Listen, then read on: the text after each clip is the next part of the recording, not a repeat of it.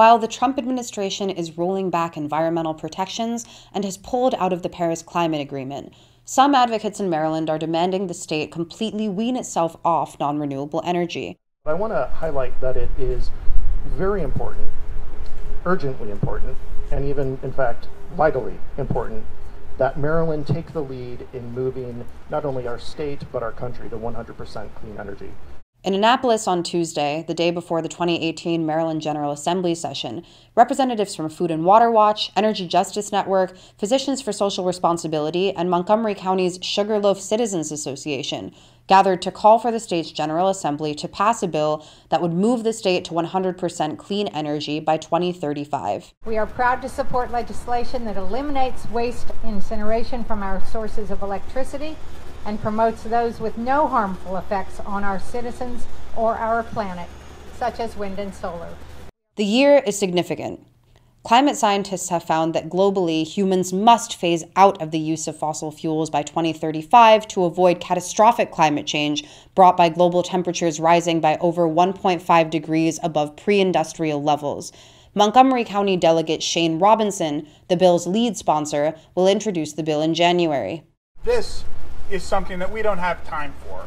Time has run out. We have to act now in order to mitigate this crisis that is happening around us already and is only going to get worse. We can't count on the Trump administration to take action. We can't count on Scott Pruitt to take action. We can't count on other states. We have no control over what they do, so we have to do it here in Maryland. Robinson's bill also aims to change Maryland's Renewable Portfolio Standard, which incentivizes the use of renewables.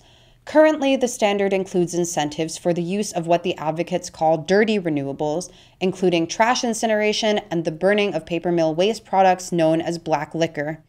Years ago, when we passed this Renewable Portfolio Standard, the people thought they were getting clean energy, but instead they got asthma and cancer.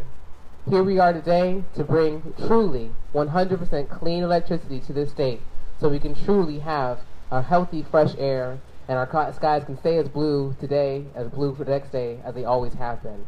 At the press conference, advocates explained that in 2015, only 22% of Maryland's renewable energy credits went to sources that they really think are green.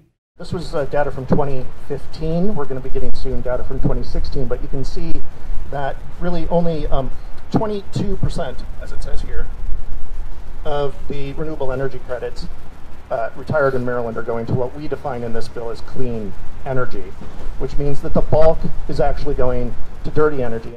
As the Baltimore Sun exposed, Maryland's largest polluters are considered producers of renewable energy and are being subsidized by taxpayers. Robinson's bill would remove incentives for dirty renewables. The reality is that we're burning trash and we're burning toxic paper byproducts to create our energy, and we're calling that renewable energy, and we're touting it as green. Robinson said he's seen widespread support for the move to 100% renewables, except from utilities companies.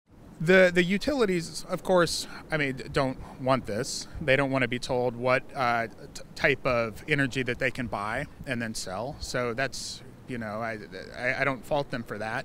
The Real News reached out to Baltimore Gas and Electric Company for comment, and they said, quote, BGE is committed to working with all of our stakeholders, including the Maryland General Assembly, to advance prudent and sound energy policy. We will carefully review the legislation at the appropriate time and respond accordingly. We await comment from the HVAC contractor, Pepco. Robinson also said his bill could lead to green jobs. One of the largest job growth areas right now are solar panel installers and offshore and onshore wind technicians. This past autumn, Baltimore City Council endorsed a proposal to move Maryland to 50% renewables by 2030. Some questioned why they didn't endorse a more ambitious proposal. I think if the people that presented that to them had asked them to support 100% renewable energy, they would have. So my question is, why did you only ask them to do 50%? So maybe we need to go back and say, would you support 100%? And we get that resolution, as happened in Montgomery County. Last month, the Council of Maryland's most populous county, Montgomery County, passed a resolution that aims to lower greenhouse gas emissions by 100% by 2035.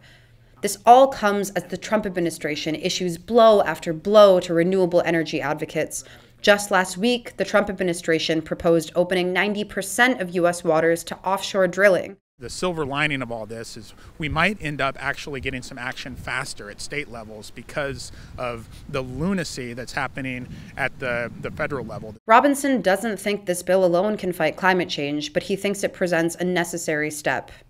We're only 6 million people in this state, so our emissions are geopolitically insignificant.